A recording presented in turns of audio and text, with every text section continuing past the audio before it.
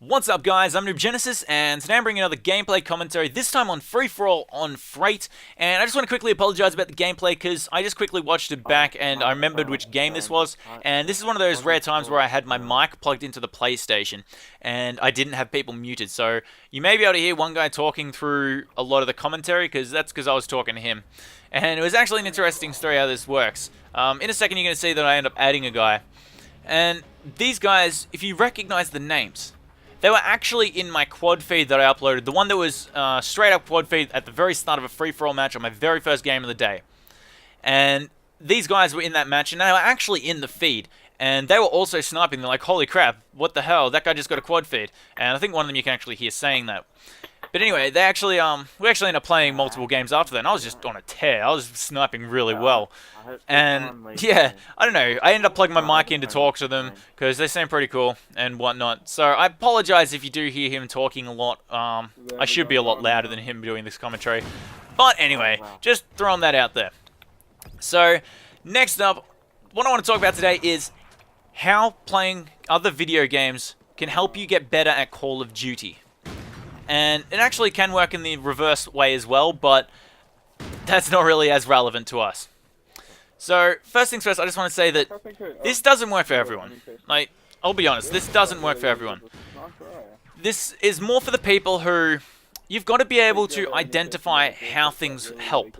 You've got to be able to understand that certain elements of things apply to many different things. It's hard to explain, but you'll get it as I move through the commentary. Oh, I got you that time. So, first up, what I want to talk about mostly is League of Legends. Now, if you don't know what League of Legends is, it's pretty much the largest free-to-play game, multiplayer game that's got huge hype around it at the moment. It's a very good game and I quite enjoy it. If you do know League of Legends, you will know that it's a MOBA. And a MOBA is similar to like RTSs, like Age of Empires and stuff, but you generally play a single character, and it's really hard to explain. Just go and check out a video of League of Legends. It's a really good game.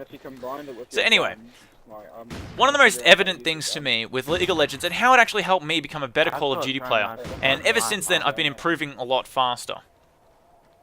And it was actually something that I was looking up videos on how to get better at League of Legends. And the League of Legends professional scene is very, very big. Much bigger than Call of Duty. It's probably one of the biggest ones out there, pretty much.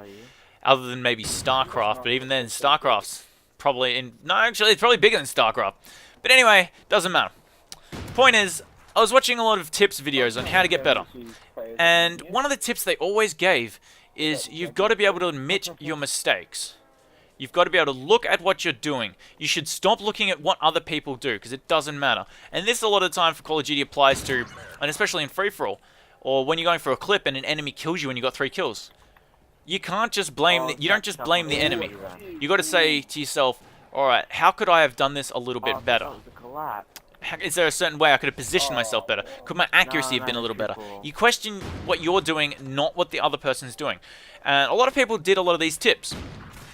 And now that I've been playing for League of Legends for a bit, I can say that watching a lot of the professionals play, when you watch their live streams and stuff, they always say things like, oh, I could have done, like when they die or something, they say, oh, I should have done this, or oh, I could have done that, or I don't know, mostly stuff like that. But it's very rare that they'll blame someone else other than themselves. And it's half of the reason why they are so successful. And this can be, as I said before, you can directly put this into Call of Duty. And I have been doing this with myself. A hell of a lot less of the time I have been going, oh, I could have, oh, this scumbag, he had a certain weapon, there was nothing I could do, now I missed the feed, it's all because of him. There's less that I've been doing that, and more times where I go, oh shit, I could have got a quad feed there if my accuracy was a little better. And one of the really easy ways to look at this is, a lot of people don't identify when a quad feed is in front of them properly. They see 4 people and they say that's a quad feed. They see 2 people and they say, oh, there's never a 4th guy or never a 3rd guy or whatever, that could have been a quad feed. That's all a load of shit. You can create opportunities out of nothing. If there's 1 guy there, that is a quad feed opportunity, as long as there's 4 people in the game. And I've even gotten a quad feed when there was only 3 people in a match, like on the enemy team. You can create opportunities. And the problem is people like this, it's because they're blaming the game or the other people. That's what's holding them back.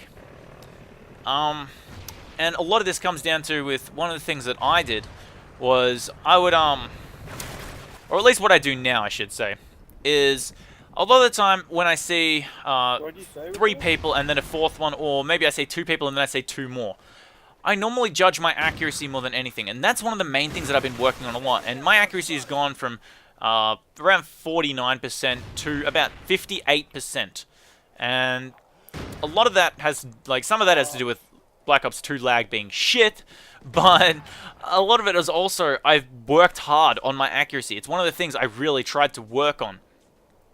And when I am missing shots and I don't go, oh shit, it's because of this reason or that reason, I go, okay, I'm missing, I need to change something about this. And it's either I'll do something like I'll slow my aiming down, I'll like take my time a little more, and then naturally my speed will pick back up, or I'll turn my sensitivity up, or I'll turn it down, or whatever I need to do like that.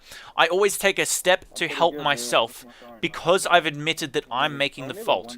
If I just went, oh, I died on that feed because because that guy had a certain weapon, and realistically I missed a bullet, I didn't look at the fact that why I missed that bullet. I just instantly ignored that and went straight to, oh, it's this guy to blame. He shouldn't have killed me.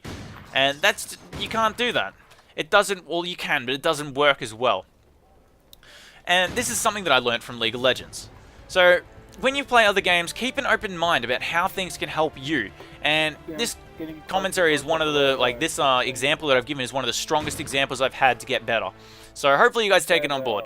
Anyway guys, then I've gone 30 and 8. Hope you enjoyed the gameplay, hope you enjoyed the commentary, and as always guys, have fun.